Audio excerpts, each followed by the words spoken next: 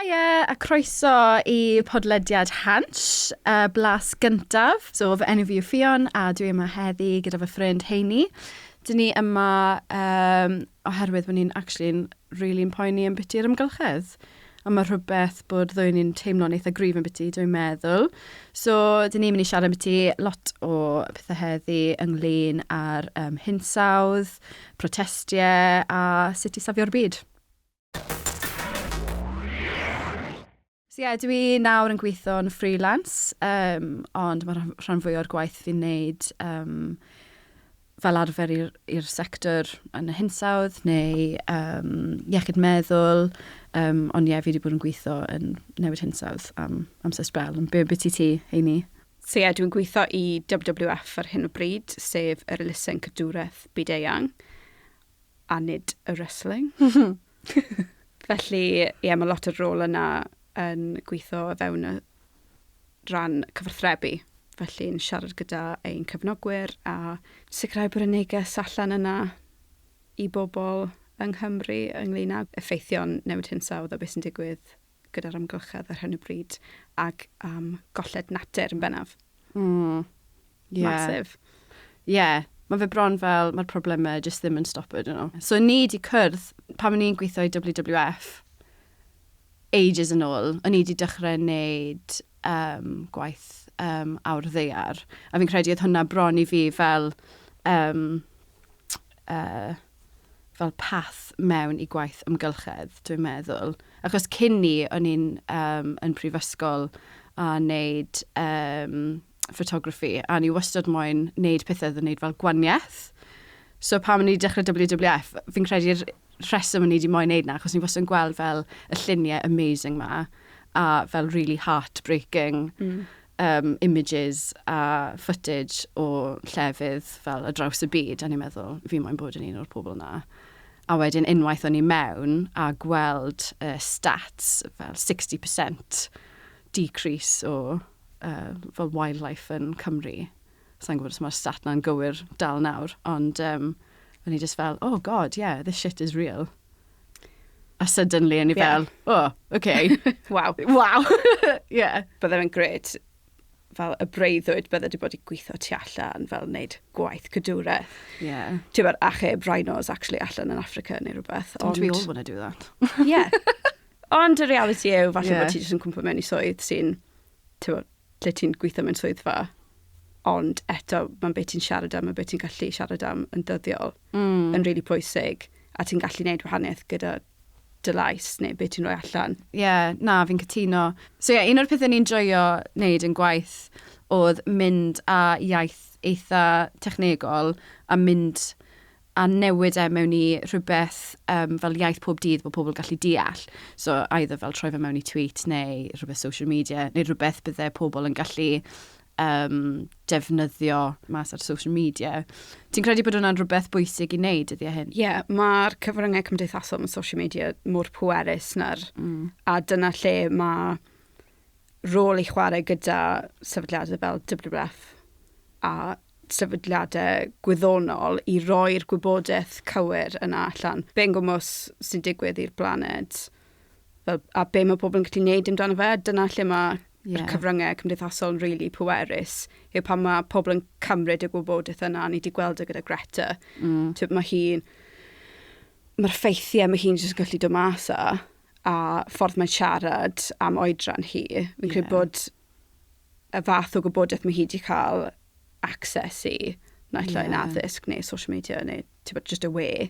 Yn really helpu pobl ifanc I cael pŵer yn be maen nhw'n dweud. So oedd Greta Thunberg wedi dechrau fel un person tu fas o'r llywodraeth yn Sweden ag ydi, a oedd hi wedi troi hwnna mewn I movement masif o pobl ifanc yn dod I gilydd. So mae'n dyngos faint mae un person gallu gwneud newid, really. Mae profil hi, a dwi'n gobeithio bod pawb erbyn nawr sy'n clywed amdano Greta. Mae profil wedi bod yn enfawr a mae wedi cael y platform yma I siarad yn fel UN conference a I gwleidyddion sydd reit ar y top. Ond hefyd mae plant yn gallu cydnabod iddi. Mae'n eitha, gan bod mae dal yn plentyn. O di. Mae pobl yn anghofio na rhywbeth. Ie, a mae jyst yn anhygol be mae di. Y symudiad yma mae hi wedi creu o plant o bob oedran yn ymuno gyda hi bod naill ar ddydd Gwener i protestio tu allan i ysgolion neu i swyddfeydd cyngor lleol neu llywodraethol. A mae hwnna wedi symud mewn i fel y streicio yma. A plant yn cymryd i'r stryd. Literally ar draws y byd. Sydd wedi bod yn anhygoel. A ni'n gweld hwnna wedyn yn lledu i fel y mudiad yma o pobl ifanc sydd ddim yn poeni am mynd lan i oedolion a gweithio nhw be'n gwmwys yw'r sefyllfa. Fel ti'n gweud, y pŵer, y confidence really, gweud, fi'n deall beth sy'n mynd mlaen, this is my future, sa'n hoffi beth fi'n gweld ar y funud, so fi'n mynd i mynd mas a defnyddio llais fi. Mae hwnna'n rhoi siwg o mynd o fel egni, fi'n credu, nhw i gyd dod at y gilydd, achos people empowering people.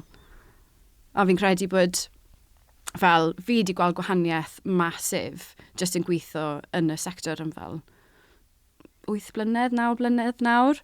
A fel ar y dechrau, dde bron fel o ti'n desperate i pobl gryndo i ti a gweud fel dyma beth sy'n digwydd pam sy'ch chi'n gryndo. A nawr mae literally cannoedd o pobl ifanc just swarming the streets. So mae fe'n rhywbeth i fi anyway, fi'n just yn dwlu gweld e. Mae fe'n rhoi sense o sa'n gwybod, mae fe'n real hope, mae fe'n actually'n hala fi'n eitha emotional rhoi weithiau pan fi'n gweld e. Definitely. Mae fi just, fi mor proud a fi just yn meddwl, os mae unrhyw un yn gallu neud e, nhw sy'n mynd i neud e. Mae pobl yn gwrando iddyn nhw fyd, felly ni wedi gweld gweithrediad oherwydd fath o streicio yma. A nid yn unig y plant, ond streicio o fel Extinction Rebellion a grwpiau eraill, grwpiau natur lleol, grwpiau cymunedol. Mae nhw gyd yn hybu gilydd a ni'n gweld fwy o gweithgaredd, fwy o streicio, just fwy ymlaen ar draws Cymru a'r Deyrnas Unedig. Mae pobl eisiau gweld rhyw fath o newid neu rhywun yn dweud bod nhw'n gwrando, bod nhw'n mynd i weithredu. A bod nhw'n gwrando ar gofynion pobl, achos dyna be mae lot o hwn yn dod lawr i, yw'r ffaith bod pobl yn gofyd am dyfodol plant nhw neu dyfodol nhw os bod nhw'n plentyn yn mynd allan ar y stryd. Mae Extinction Rebellion wedi gwneud rhywbeth eitha diddorol fi'n credu. Mae nhw yn grŵp eitha radical, civil disobedience. Mae nhw wedi kind of just wedi mynd yn wild dros Prydain, really. Nid nhw yn neud protests fel arfer yn bloceido rhewlydd either yn Caerdydd neu Llundain, so ar draws y lle. So fi wedi bod i'r protest yn Caerdydd, dwi heb bod lan i Llundain, ond fi'n credu bod beth maen nhw'n neud yn eitha controversial, ond mae rhaid gweud bod e'n gweithio, achos ti'n gweld Extinction Rebellion yn y media, ar draws y media gyd, yn y newyddion. So maen nhw'n neud rhywbeth yn iawn, dwi'n meddwl. A mae'r coverage bod yn dda ac yn gwael. Ond maen nhw, sneb yn gallu gweud bod nhw ddim yn cael y neges ar draws. Yn gwmws. A fi'n credu bod nhw wedi rhoi rhywbeth i pobl bod grwpiau arall heb wneud. Rhywbeth, ti'n gwybod, ti'n gallu mynd yn involved gyda, os ti'n moyn, ti'n gwybod, ar different levels. So ti'n gwybod, mae rai pobl jyst yn dod i'r protest yma jyst i mynd ymlaen a gweld beth sy'n digwydd. Actually, fi'n credu bod nhw'n wedi gwneud e'n eitha accessible i pawb, a mae rhyw fath o fel family-friendly field efo hefyd. A pam fi wedi bod i nhw, ti'n gwybod, mae plant bach i gael na, mae play areas, mae teuluoedd jyst yn cael fel picnic yn y cornel, a ti'n meddwl, hold on a minute, ydy fi mewn protest i'r ymgylchedd neu ydy hwn yn just fel parti i pawb? Ond so fi'n credu bod nhw wedi agor y drws i lot o pobl i mynd mewn i'r fel activism route. Achos fi'n credu oedd fel gap in the market bron i pobl ifanc, especially fi'n credu, achos oedd bron fel oedd pethau fel newid hinsawdd wastad wedi edrych fel o rhywbeth i middle-aged white people. Ti'n gwybod, a mae'r argument na dal yn mynd mlaen nawr, rightly so, ond fi'n credu oedd eisiau rhywbeth newydd i digwydd a fel platform i tynnu pobl ifanc lan a gweud fel, na, ni dy gilydd yn hyn, a ni'n mynd i wneud rhywbeth eitha radical. A fi'n credu na beth o'n i wastod yn edrych am pan o'n i'n tyfu lan. Achos o'n i wastod yn teimlo fel o'n i o ben fi hunan, actually, os ni'n mynd i cael newid iawn i digwydd, so fe'n mynd i digwydd fel unigolion. Ti'n gwybod, mae popeth ni'n gallu gwneud gytre neu dewisiadau neu newidiadau ni'n gallu gwneud fel unigolion, ond actually, os ni'n moyn gweld rhywbeth mawr yn digwydd, mae rhaid i ni gweithio dy gilydd, and it's gonna only happen with mobilisation, dwi'n meddwl anyway. A fi'n credu bod Extinction Rebellion wedi gwneud rhywbeth eitha impressive i cydweithio gyda gymaint o pobl i dod â gilydd. Ond sa'i byth wedi gweld Caerdydd fel o'n i wedi gweld pan o'n i wedi stopo'r traffic ar Castle Street. So, ond to fel rhywbeth, mae fe bron fel festival feel, oedd e mor fel, mae'r egni'n mor... Mae'r egni positif yna wneud wahaniaeth. A na'r peth, fi'n credu bod, ti'n gwybod y ffact nawr bod ni climate emergency, fi'n credu bod y iaith maen nhw'n defnyddio, actually, achos o'n i wastad wedi gweud fel climate change, climate blah, blah, blah. Ond nawr mae fe fel climate crisis, climate emergency. Mae fe'n really, mae'r geiriau maen nhw'n defnyddio, dwi'n meddwl, yn fel really yn rhoi'r neges ar draws bod mae rhaid wneud rhywbeth nawr, achos fi'n credu, ni wastad yn meddwl, yn y dyfodol, bydd rhaid i ni wneud hyn, neu ti'n gwybod, tro nesaf fi'n mynd siopa, bydd rhaid i fi mynd â bag aildefnyddiol, neu ti'n gwybod, mae fe wastad fel, pam byddai'n wneud hyn yn y dyfodol, ond actually mae fe fel nawr, reit nawr, mae rhaid i ni wneud rhywbeth nawr. Mae'r iaith really di newid, a ni'n gweld hwnna dros sector, ti'n fel yn y cyfryngau fyd, maen nhw di newid y ffordd maen nhw'n siarad amdano'r hinsawdd, argyfwng hinsawdd, argyfwng natur, TikTok, mae amser yn rhedeg allan, a mae'r iaith yna'n gryf iawn o ran cyfathrebu bod argyfwng, a bod rhaid i pawb o lywodraeth i unigolion really edrych ar beth maen nhw'n wneud, a edrych i weld beth maen nhw'n gallu newid, neu beth maen nhw'n gallu gwthio i newid. Mae literally ddim amser i eistedd nôl rhagor a wneud un byd. So fe'n opsiwn. Rhaid wneud rhywbeth. Nath y mudiad yna o fel unigolion gweld pethau bach maen nhw'n gallu newid. Nath hwnna newid lot gyda'r sgwrs plastig. A pobl yn gweld a'n sylwi, actually, beth oedd o gwmpas nhw, beth nhw'n defnyddio'n dyddiol. Ble o'n nhw'n gallu dechrau wneud newidiadau a'r fath o effaith bydd hwnna'n cael. Oedd y topic yna o blastigion yn y môr yn gweledol iawn gyda raglenni fel Blue Planet a yr effaith mae hwnna wedi cael ar ffordd mae pobl yn ymddwyn. A ti yn gweld lot pan ti'n mynd allan ar mae pobl yn mynd i'r bagiau dan nhw. A dwi'n gweld loads o pobl gyda cwpan aml ddefnydd neu ti'n mynd mewn y containers, mae siopau dechrau agor bron yn bob man dros Cymru na'r lle chi'n gallu just ailenwi stwff. Mae hwnna di newid mewn amser a cyfnod really byr. Mor byr, Felly mae'n eitha exciting i meddwl be fydd yn gallu newid os oedd pawb yn rhoi fath yno egni a y gwybodaeth yn ar gael i galluogi bobl i newid neu i gwthio am newid yn uwch ben os oes eisiau. Fi dechrau meddwl nawr mewn fel wlad perffaith beth bydd yn edrych fel. Ond ti'n iawn, actually, achos pan fi'n meddwl yn byti ti'n gwybod, oedd ymgael plastig, ti'n gwybod, oedd hwnna'n rhywbeth oedd neb yn really meddwl yn byti 3 blynedd yn ôl. Ond oedd hwnna'n fel stori neu rhywbeth oedd literally pawb yn gallu mynd mewn i, ti'n gwybod, fridge nhw a gweld fel, fi'n defnyddio loads o fe, a shwt gallai lleihau hwn. Ond ti'n gwybod, mae fe'n edrych nawr fel carbon footprint, neu mae pobl yn siarad loads yn byti hedfan yn llai pethau, ond wedyn fi'n credu bod i gyd hwn yn dod nôl i fel privilege, a fi jyst yn meddwl nawr fel y siopio na ti'n siarad beth i fi fel, sa'i actually gallu affordo rhain ar trwmser, ti'n gwybod? A fel hedfan ti'n gwybod, pobl sydd yn hedfan mwyaf, yw'r pobl mwyaf rich yn y byd. A wedyn mae fe'n just, fi wastad yn teimlo fel bod bod y pobl sy'n teimlo mwy eog yw'r rhai sy'n probably ddim y problem. Ond ti'n gwybod beth, mae hwnna'n rhywbeth fi'n teimlo trwy'r amser yw just ydy fi'n neud digon, beth ydy fi gallu neud, a dim teimlo bod fi yn neud digon, really, a fel eco-guilt, ti'n gwybod?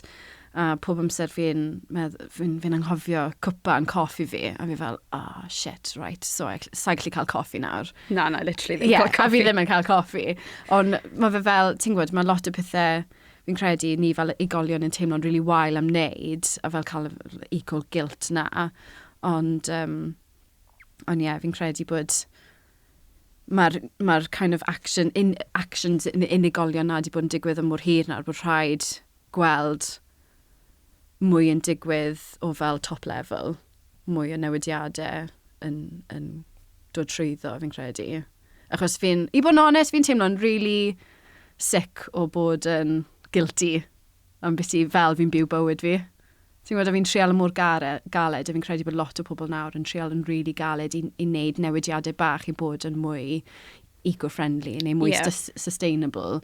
A fi'n credu bod hwnna'n amazing, a mae rhaid i fi, fel ti'n gweud, mae rhaid i ni gyd wneud rhywbeth positif, ond actually fel pryd ni'n gweud, right, mwyn yn digon nawr, rhaid i'r 1% dechrau shifto. So Ffion, beth yw'r 1% yma? So, mae'r 1% yn basically yn cynrychioli'r pobl sydd gyda'r mwyaf o'r arian yn y byd. So, nhw yw'r billionaires, nhw sy'n perchyn y cwmnïau enfawr yma, nhw sydd gyda'r pŵer. Fel un o'r 99% arall, fi'n trial wneud, a mae lot o ni'n trial wneud yn gorau i wneud newidiadau positif i'r byd, ond os ni'n mynd i gweld newid mawr yn digwydd, mae rhaid i'r 1% na edrych ar beth maen nhw'n wneud fel unigolion. Ti'n gwybod? Nhw sy'n bia'r rhan fwy o'r wealth, so mae rhaid i nhw wneud newidiadau sydd yn mynd i triclo mas i pawb arall wedyn. A fi'n credu bod e'n rhoi pŵer mewn dyn pam ti'n meddwl, mae rhain yw'r pethau fi gallu newid, a fi'n mynd i wneud gorau fi. Ond actually, rhai weithiau fi jyst yn meddwl, os yna rhywbeth mwy ydyn ni'n gallu wneud, ti'n gwybod? So ni wedi clywed yn ddiweddar fyd bod y canran o bobl sydd wedi cyfrestru bleidleisio eleni, pobl sydd rhwng fel 18 a 30, di boomio.